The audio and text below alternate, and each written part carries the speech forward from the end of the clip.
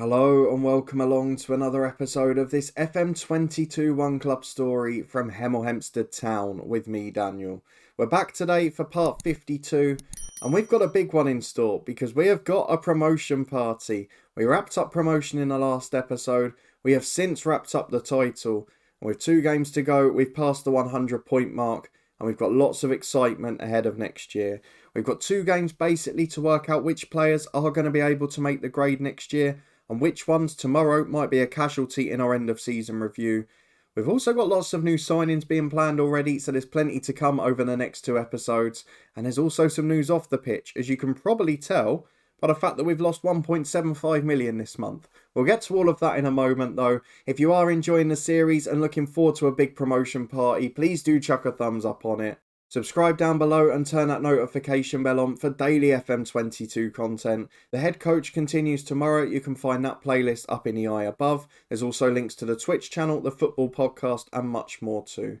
But thank you as always for your incredible support. Today we get to relax and enjoy our final 2 games. They're still crucial ones in the context of the league. Grimsby on the final day. They're in 3rd place on goals scored ahead of Bristol Rovers. And today's opponent's Bradford in 21st, but only 2 clear of Doncaster. Wigan unfortunately pulled away, so Hazeman will probably have to pay fair money for next year. But a wonderful season, lovely to come back with 2 games to go and not have to look over our shoulders. To be fair, we're actually quite fortunate because if you look at the teams in the bottom this time, take out Gillingham, 46 points for Doncaster would have left us right in the mix the last 2 years. We've been fortunate that the relegation totals were a little lower. Otherwise, we could well have been a National League team again. Thankfully, we managed to survive, bring in the mighty Ricky, and here we are at the top of the league. It's what the difference can be. So let's start with off-the-pitch news. I'll get out the way very quickly the youth intake because it was utterly appalling, and I mean the worst we've had so far. So in terms of youth candidates, there might be a few left.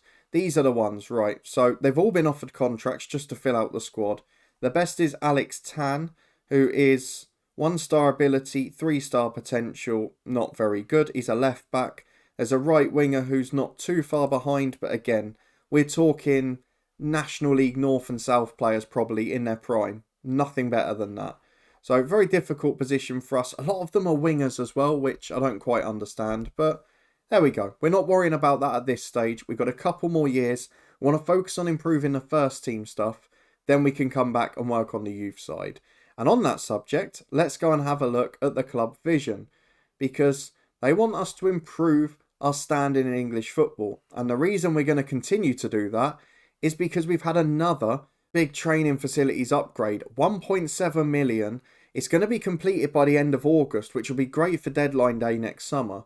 But again, I've got to this stage where we've gone back to our roots this year. We're bringing in younger players. We're trying to develop them, sell them on for a big profit, like we did with Scott Egan. But the quicker we upgrade the training facilities, get better coaches in, the quicker they can improve. And then we don't have to worry about paying big bucks, big wages, big transfer fees to get players in their prime because we've already got players that we can develop. And that's going to be our strategy for the next few years. So that is something we're actively working on. It should take our facilities, if I'm right, to above average or maybe even good because they're adequate at the moment. But it was a big upgrade that they've paid for and we've got to be grateful for that. We have unfortunately picked up a couple of key injuries, but if ever there's a stage of the season to do it, it's now, and it's to more experienced players, so we're not losing development.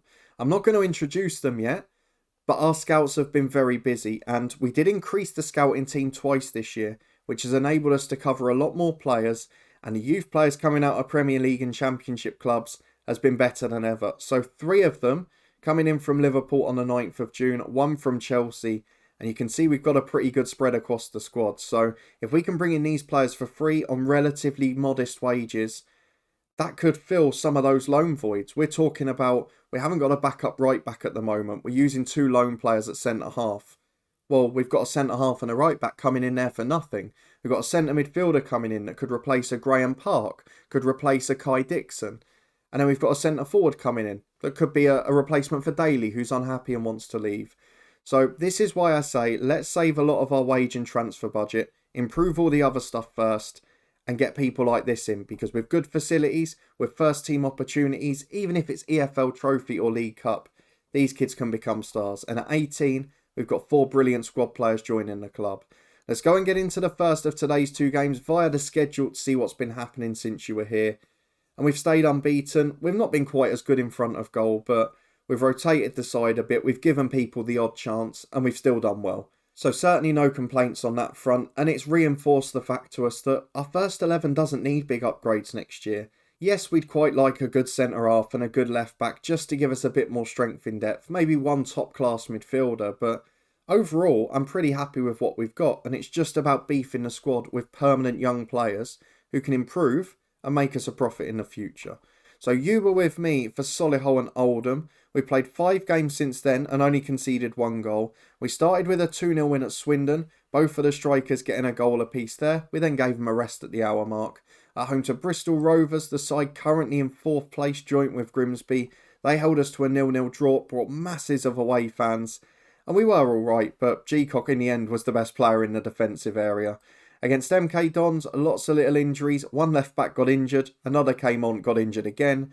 James Daly got a rare outing. He wanted to leave because he wasn't playing. Scored a goal, then he got injured in training, so he's not going to play for the rest of this year. But I'm hoping he'll want to stay because I feel he's a good 4th choice striker. Next up, we played against Gillingham, 1-0 win thanks to Javan Malcolm, and in the same scoreline against runners-up Morecambe with the same goal scorer getting the early winner. We finished first, Morecambe have finished second, and then we wait to see out of the mess behind us what on earth goes on after that. Anyone down to 12th place Crawley have got a very good chance of being in the playoffs, and anyone down to 8th place Rochdale could yet find themselves in the top 3. There's loads of clubs in it at the bottom as well, although unlikely, Tranmere in 17th could still yet go down officially. So let's go and get into the final 2 games of the season and enjoy our more relaxing, I was going to say peaceful, but party atmospheres, rather than have to worrying about looking over our shoulder and whether we're going to survive. 15,000 fans of Valley Parade. Bradford have not lost their attendances at all. But let's go and pick our best 11 for the day. We'll be back in a minute to run through it. Okay then, we've got a pretty strong squad for this one. I think, bar the injury to Farquharson at centre-half, it's our strongest 11. Few slight changes on the bench. We would like 1 or 2 others to be available, but this is the position we're in. So we have got G-Cock between the sticks. What a season he has had. McDonough and McGinley the fullbacks with Gillespie and Brian Moore centre-half. Egan, Hamilton, Reed and Swan the midfield diamond. Swan back in. Not yet found his best form, but he's been pretty solid. Hasn't lost his attributes, which is impressive. And he is out of contract at the end of the season. So he's one we'd love to keep on. And hopefully we can get him on a free. Same goes for the likes of Kai Dixon, it's got to be said. Then if we can nick 1 or 2 from Fulham, we might have our squad wrapped up very early. We've got Ricky J. Jones and Malcolm up front. Jones, not in the best scoring form. Got 1 in his last 5, which was 4 games ago away at Swindon.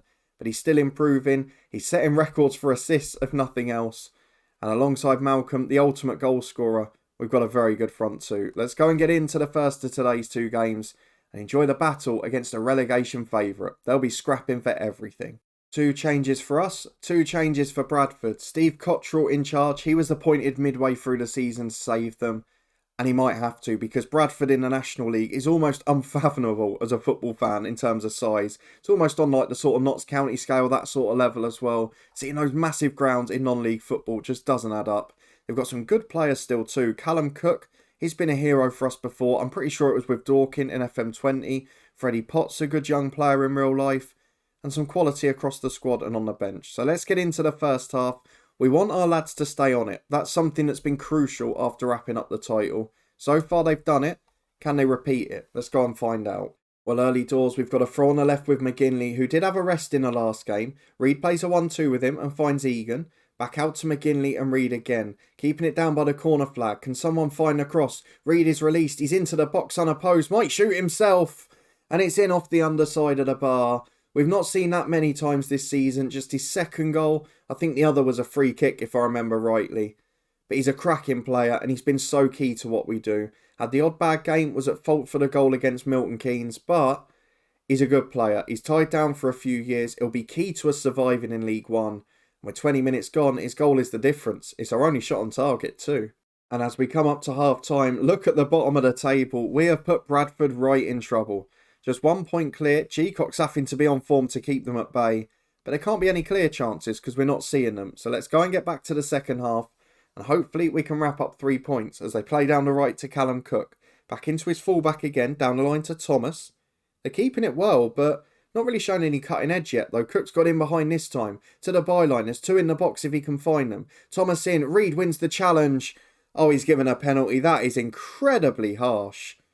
I mean, the commentary says there's more than a few doubts about that decision. It looked clean, gotta say, but Cook's got the penalty. G-Cock to the rescue. Justice is done, and the referee's blushes have been spared because it was a woeful decision to give the penalty. It's really weird. Look, of the goalkeepers we've had in this save, Ryan Boot is rated the best, and he got a transfer to Aston Villa, which proved it. But G-Cock and David Gregory have been so much better. And I'm going to keep him in League One. I'm going to learn from my mistake last time. Cook, after the frustration of missing the pen, then brings down his man on the counter-attack. And as well as being 1-0 up, we've now got a booking for him too. Excellent work. And just over half an hour to go. We've still only had 1 shot on target. Very unlike us. Going to ask the lads to focus. We'll think about changes. And with 20 to go, we're going to do just that. Let's bring off Ricky J. Jones, because then we can give him the kick up the backside about not scoring goals. Malcolm will switch sides, Parry to the left. We'll bring on Tristan Nydam for Will Swan, who, as we said, hasn't found his best form since coming back. I wonder if Reed would be better going forward. I think he is. So I'm going to give him a little go in that role, see how he gets on. And then McDonough at right back always struggles for fitness. Do you know what, actually? I'm going to wait, because we've got young Alec Tan on the bench. And I want to get a reputation for bringing through youngsters. So if we can wait 10 minutes, get a second goal, then he'll be the ideal candidate. As Egan picks the ball up just inside the Bradford half. Nydam in that deeper role to Reed. Turns his man again. Potts wins the challenge. Falls for McGinley though. Out to Nydam. And now McGinley again. On the left-hand side, we've had most of our success there this game. Reed finds Parry. Wide again to the left. Will someone deliver it? There's 4 in the box. Hamilton made the run there. But it's gone backwards again. Not very Hemel Hempstead-like this season. We've often got in behind quite quickly. McGinley finds Parry though, just waited for the right opportunity. And it's a great save down to his right from the Bradford keeper. It remains 1-0, but that was a good chance. It goes behind for Reed, who takes the corner kick. Outswinger to Egan at the back post. Headers comfortably wide. Let's make the last change because McDonough's struggling. I'm going to have to improvise. Brian Moore out to right back. McGinley into centre half. And then Alec Tan on at left back. Can Gillespie or McGinley play on the right side? I doubt it. But one of them's going to have to. He's left-footed only. He's just left-footed. So let's get it done. 15 to go and a debut for our first Academy youngster of the series. As we've got a free kick with 10 left. Brian Moore takes it. Finds Hamilton short to Reed. Through ball towards Parry. He's in 1-on-1. Stuart Parry off the bench again is a super sub. I'd love to get him more involved because he's a fabulous young player with brilliant potential. As it's Bradford in, that's snuck in at the near post. G-Cock got a hand to it and a defender on the line could not get enough there. I think it was Hamilton. Bradford back in it. But Parry, just because of the sheer form of the other two, and it's the same for Daly, we've got the best backup strike force in the league and we'll have one of the best still in League One, but we're just too strong to rest them, as Green misses a sitter for Bradford. They are right on top now. And changing the defence and bringing on kids. Who would have thought that wouldn't work out? We're going to go to defensive fullbacks. We're going to drop our mentality. We're just going to play cautious for the last 5. As Brian Moore to Hamilton. Playing some lovely triangles to get out there. Reed picks it up for Parry. Can set Malcolm free if he wants to, but goes back to Nydam. Just playing safe to Reed to Hamilton. Got support, goes back out to Brian Moore at right back. He chips forward, Reed's up, loses out in the air. Hamilton down, but Potts wins it. And now Bradford come again. They are fighting for their Football League survival and they're scrapping hard as Green gets in 1-on-1. Goes for the shot which G-Cock saves. I don't know what Bradford have done to upset Zach G-Cock in his career, but he seems very desperate for them not to stay in the Football League. He comes and punches the corner too. Cook on a volley though. Oh my words. What a goal that is from Callum Cook. Makes up for missing a penalty, doesn't it? What a shot. And Bradford City move 2 points clear back up to 21st. We've thrown away a 2-goal lead. We kind of knew it was a risk with the subs. But we didn't expect to see it as Egan picks the ball up to Brian Moore. Can we still nick it? It would be heartbreak for them. Reed releases Parry. They've chased the game and now they're caught out. We've got 4 in the box. Parry forced wide. Chips back to Egan who wins it for Hamilton. Edge of the box turns, shoots. Blocked by the defender. The bodies are on the line. It's last-ditch defending. Brian Moore plays a 1-2 with Hamilton again. To Egan. Tristan Nydam. Oh, he's put it in the bottom corner. From 30 yards, Tristan Nydam. And he turns up with big goals when it really matters. The fullbacks can go back to defend. This is turning into one hell of a game. And it looks like we might have nicked it by 3-2. 2 minutes of stoppage time left. And Bradford back in a perilous position. Well, there it is. Bradford are in big trouble going into the final game. They did not deserve to lose that match. But we nick it again. 3-2 Hemel Hempstead Town. And we're back in a minute to see if we can spoil Grimsby's promotion party. Fitness test time for the final game of the season. It should be a bit of a party atmosphere at Kenilworth Road. And interestingly, earlier in the week, Lee Johnson, where was it, got sacked from Luton Town. They stayed down in League One, so they're going to be coming back to Kenilworth Road next year. Let's crack on though with our game against Grimsby, who dropped to 5th with a defeat in the last game. Pompey and Bristol Rovers now in the driving seat. It's turning into one hell of a race. Look at the race for the playoffs as well. Cambridge 7th on 67th. 12th place Rochdale just 2 points behind. And they're playing Bristol Rovers, who are playing for 3rd today. It's chaos. The relegation one's calmed down a bit. Realistically, it's Doncaster or Bradford because of the goal difference. But we'll see how that works out. Let's go and get into ours though. We'll see who we've got fit. We'll be back in a minute to run through the team. Well, we're not going to change anything. Farcarson and Daly are back onto the bench. Owen Lloyd does the same. He comes in for the youngster Tan. And that's about it. We've given Ricky J. Jones the kick up the backside for not scoring in 5 games. So hat-trick incoming for him. And Will Swan will keep an eye on as well, because a few other clubs now chasing him. But final game of the season, no changes to the 11. Can we stop Grimsby coming up to League One? Be an interesting game this. Lee Bowyer weirdly in charge of Grimsby and doing a good job by all accounts. They've got some decent players in the side. Harry Clifton is the skipper. And they've got the likes of McAtee, Declan Johns on the bench, Dummigan too. It's a very strong squad they've got there. But let's tell the lads to prove a point. We want one more big performance. We'd love to finish the season with a long unbeaten run. And if we do that, Grimsby won't be coming up. Not via automatic promotion anyway. As Jones winning the ball back with a sliding tackle early doors. Not what we were expecting to see from him in this game. As Egan finds Arthur Reed and Will Swan. Malcolm had a poor game last time out too. Jones is the one running in here though. Almost gets his goal within 2 minutes. Tell you what, that little private chat, it always works. Let's get the corner in. Arthur Reed should take it. Left-footed, out-swinger. Towards that back post again, headed away well. Will Swan will pick it up. Can he get the cross in? He beats his man. He's to the byline. In towards Javan Malcolm. Over everyone. Maslak will get it away. Grimsby survive. 28 minutes gone. It's been a quiet one, to be honest. It's been a last game of the season where you'd think both sides have nothing to play for, but Grimsby do. They're just nervous as Jones picks it up on the right. Finds Hamilton. Back into Egan. He's got support out wide, but we're not really going anywhere with it. Just possession for the sake at the moment. As Brian Moore finds Reed to Swan. That's better. Defence splitting pass to Javan Malcolm. He's onside, and I think he's just secured the golden boot over Ricky. We've given so much talk to him, and I know the assists outweigh everything as well.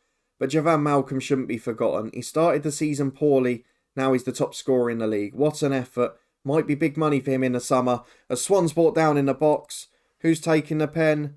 It's going to be Ricky. He's the best of the 2 strikers. The fight might be on yet. Ricky J. Jones, not scored in 5, but we've had that chat with him, and it normally means one thing. Will it here? It does, just... It was a terrible penalty kick. Perfect height for the keeper. Not in the corner. And Moore obviously fancy keeping him in. Maybe he's got a bet on him being top scorer. Who knows? Because Ricky J. Jones did not deserve to score that penalty. But it's 2-0 Hemel. And Grimsby are not going up as 3rd place, are they? Asgard on the right though to Maslak. They're trying to get back into it. Gets to the byline. Forced back to Clifton, the skipper. It's a good shape though from Hemel. And we're forcing them to play quick. Asgard to Wootton. Great effort that. Just over the bar. Still 2-0. And at half time, that's how it remains. We're going to keep telling the lads to keep going, keep giving more. Get those attacking players motivated. They've got records to chase. At the moment, Pompey and Bristol Rovers both being held at home.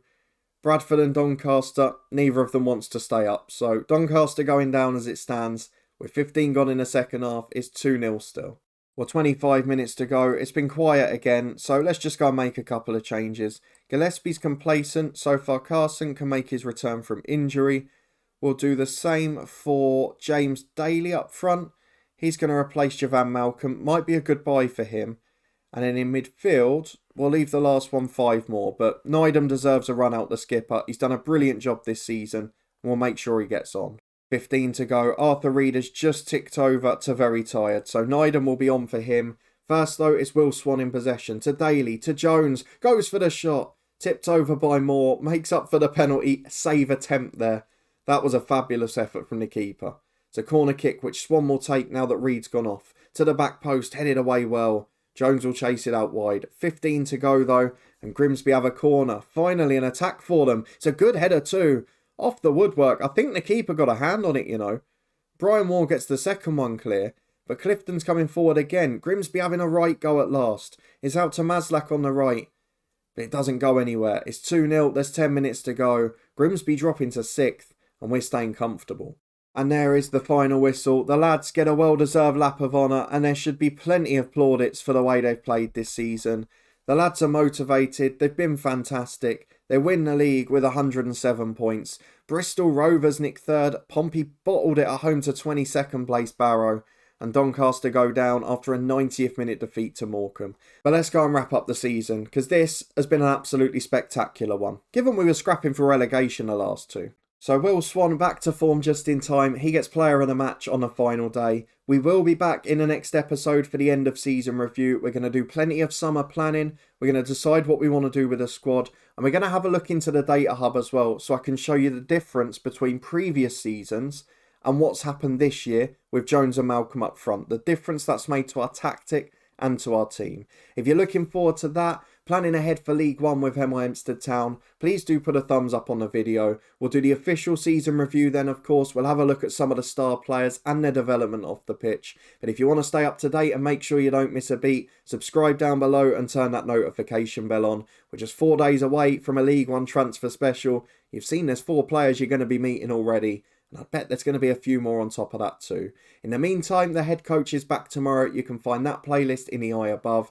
There's also links to the football podcast and the Twitch channel for regular live streams. A massive thank you for your support with both of those. But I'll see you next time for an end of season review with Hemel Hempstead Town. And this time, we can celebrate promotion.